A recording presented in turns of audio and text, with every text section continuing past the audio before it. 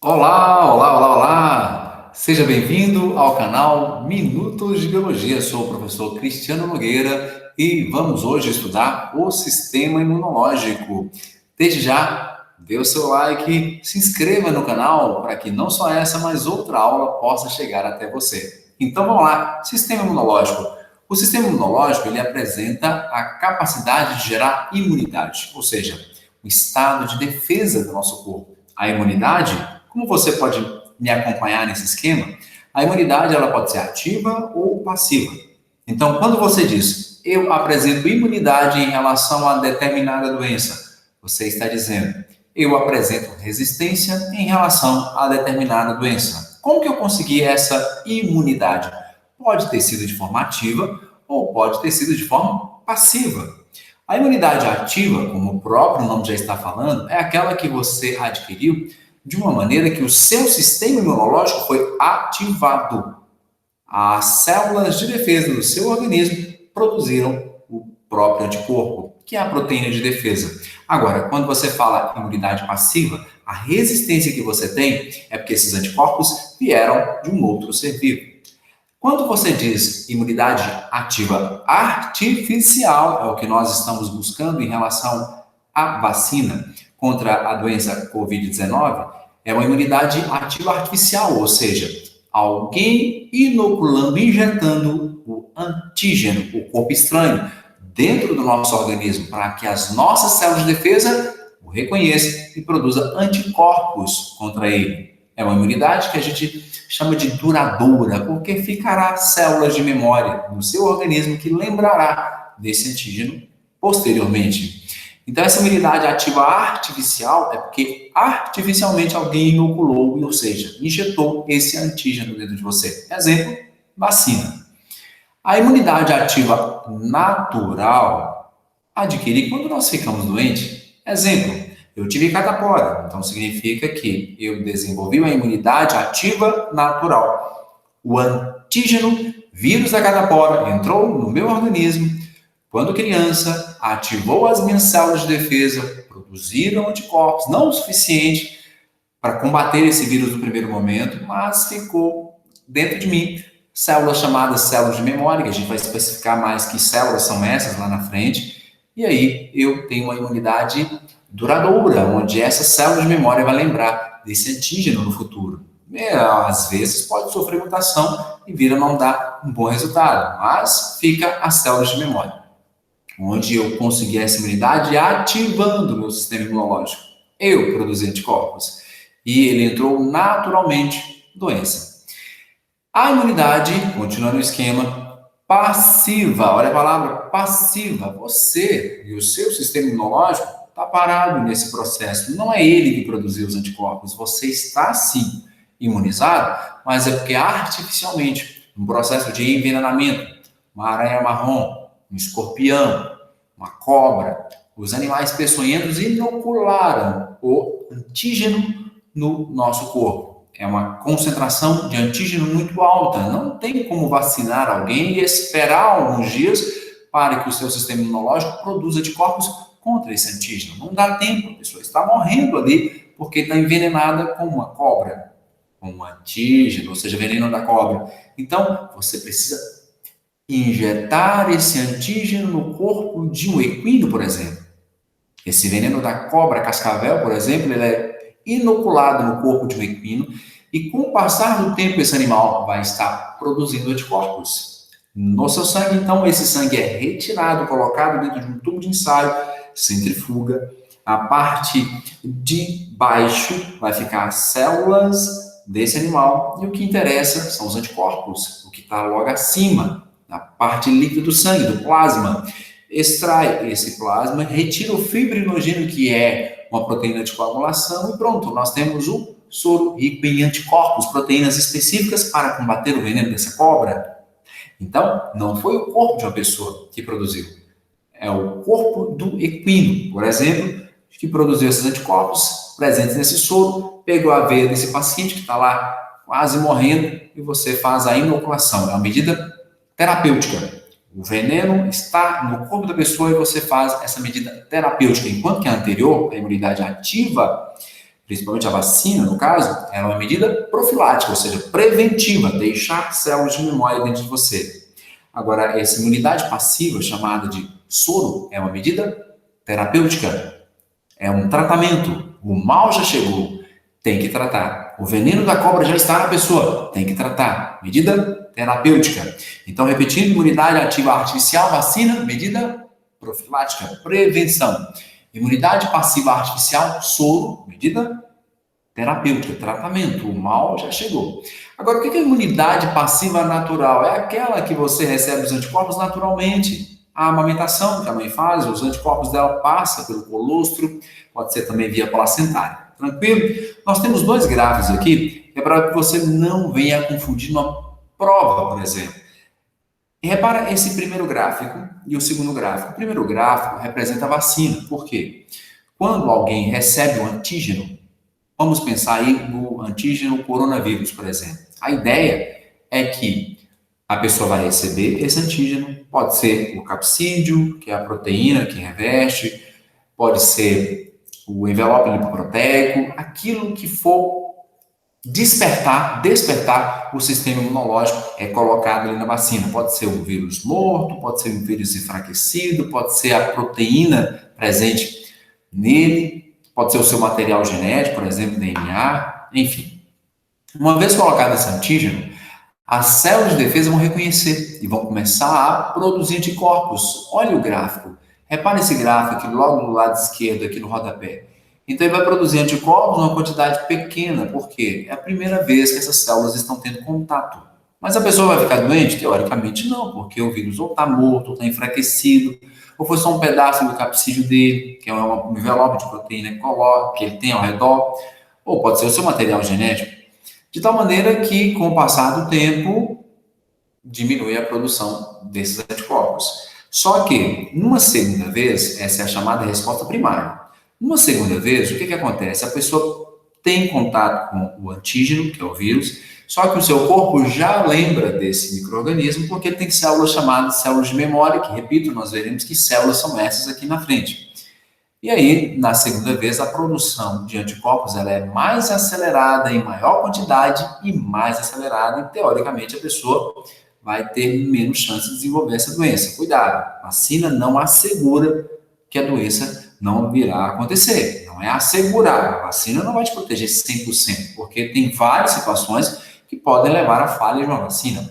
Uma mutação do vírus ou do micro-organismo em questão, pode ser o estado emocional daquele cidadão, pode ser uma condição de nutrição, ou seja, de desnutrição, uma nutrição que não venha, por exemplo, a ter uma ingesta adequada de proteína, e a própria matéria-prima que forma os anticorpos é principalmente o quê? Aminoácidos, porque a maioria dos anticorpos, eles são o quê? Proteínas. Então, a pessoa desnutrida, obviamente, a imunidade dela vai estar o quê? Baixa, entende? Então, a vacina, ela não assegura o não desenvolvimento da doença, não é que não pode assegurar, não, mas ela vai te dar boa chance de não vir a desenvolver a doença. Cada vacina tem uma porcentagem de cobertura, uma de 80%, outra de 90%, 95%, ok? Bom, mas enfim.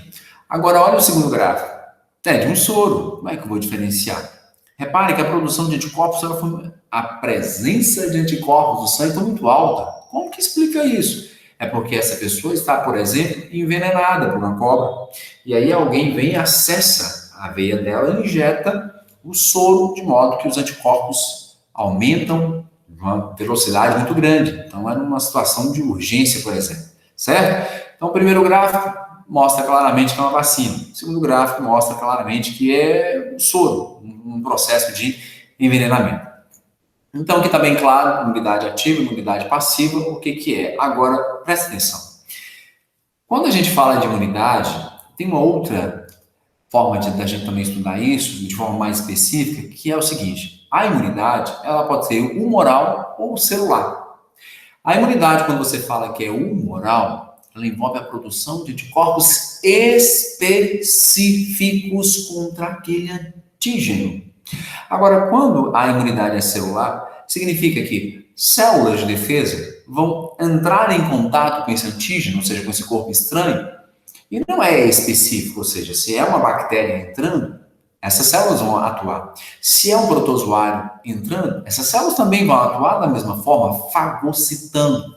Então, quando você fala em imunidade celular, ela é inespecífica, mediada ali pelo macrófago, uma célula de defesa gigante que nós temos, onde vai lá e fagocita esse corpo estranho.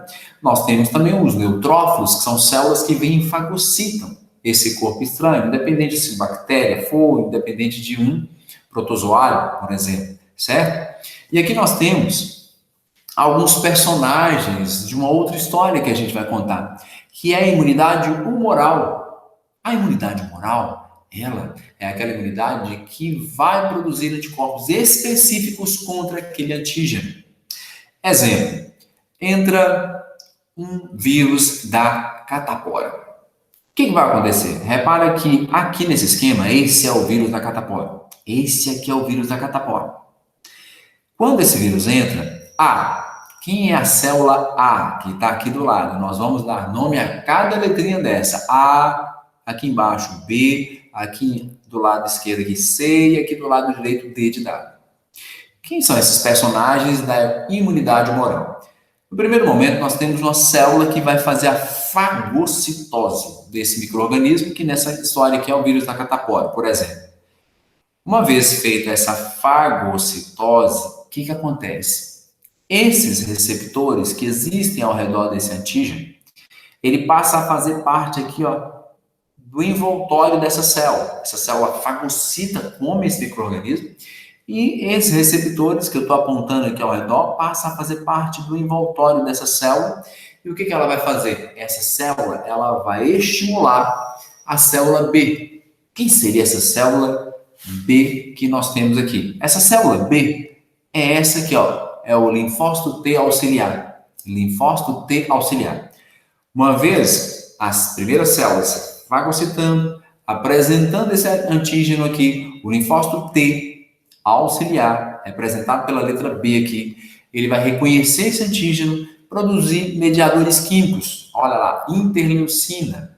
E essa interleucina, ela pode promover tanto a imunidade celular quanto a imunidade humoral. Quando eu falar imunidade celular, o que significa? Vai estimular outras células de defesa para que elas possam realizar a destruição desse determinado antígeno. Aqui você pode perceber, por exemplo, que quem seria esse D? Seria o linfócito citotóxico. O linfócito citotóxico, ou seja, essa célula, ela vai ser capaz de destruir outras células que estão infectadas por esse antígeno. Quando o processo se desloca para esse canto de cá, olha lá, nós temos o linfócito T de terra, que é o linfócito T auxiliar. Esse linfócito T ele pode estimular através da interleucina a célula C. Que célula C é essa? Que tópico C é esse aqui? Vamos ver aqui, linfócito B de bola. Linfócito B. Esse linfócito B de bola é a célula que vai se especializar em plasmócito. Como assim? Uma vez o linfócito T auxiliar recebendo esse antígeno, ele vai, em contato com esse antígeno, ele vai estimular o linfócito B de bola a se especializar numa célula chamada de plasmócito, que é o próprio linfócito B. Peraí, Cris, o linfócito B é o plasmócito? É. O plasmócito agora ele está especializado na produção de anticorpos contra o vírus da catapora. E é o que vai acontecer. A célula vai começar a produzir imunoglobulinas. O que é isso? Imunoglobulina e anticorpo é a mesma coisa. Então, vai produzir imunoglobulinas, ou seja, anticorpos específicos contra o vírus da catapora. Lembrando que, lá no futuro, quando você tiver novamente contato com o vírus da catapora, quem vai lembrar dele? Essa célula aqui que vai ficar na sua medula óssea, essa célula chamada linfócito B, é vulgarmente chamada célula de memória. Então, todas as viroses, bacterioses, enfim, que você teve, vacinas que você recebeu, você tem células como essas, que são chamadas de linfócito B de bola, células de memória. Quando pela segunda vez você tem contato com esse micro-organismo, de novo acontece a mesma coisa. Os linfócitos T vão estimular o linfócito B a se especializar em plasmócito e rapidamente, na segunda vez, produzir muita imunoglobulina ou mais conhecido como anticorpos. Vem cá, quais são as imunoglobulinas famosas no momento? IgG, IgM. Você tem ouvido falar muito disso com relação à Covid-19. Então, entenda, quando é que a pessoa tem a doença naquele momento ou como que se percebe através das imunoglobulinas que ele teve essa doença? Se você perceber que o IgM, ou seja, imunoglobulina M, IG, abreviação de imunoglobulina, M, significa que é um anticorpo específico para lembrar que naquele momento você tem a doença. Presta atenção? IgM positivo. M, momento. Naquele momento, a pessoa está tendo o vírus multiplicando dentro dela. Agora, óbvio, se for IgM negativo, não tem o vírus naquele momento. Mas, e essa IgG? Repito, IG, abreviação de imunoglobulina. Imunoglobulina G significa que você teve contato com esse micro-organismo no passado. Você já foi curado, mas ele já entrou no seu organismo no passado, certo? IgG negativo, IgM negativo, IgM negativo, você não tem aquele vírus naquele momento, IgM negativo, você nunca teve contato com esse micro-organismo. IgG positivo, IgM negativo, significa eu já tive contato com esse micro-organismo no passado. IgM positivo, M, momento. Naquele momento a pessoa está desenvolvendo a doença chamada de Covid-19. Pode ser sintomático ou não, mas o vírus está presente nela naquele momento e com a capacidade de ser transmitido.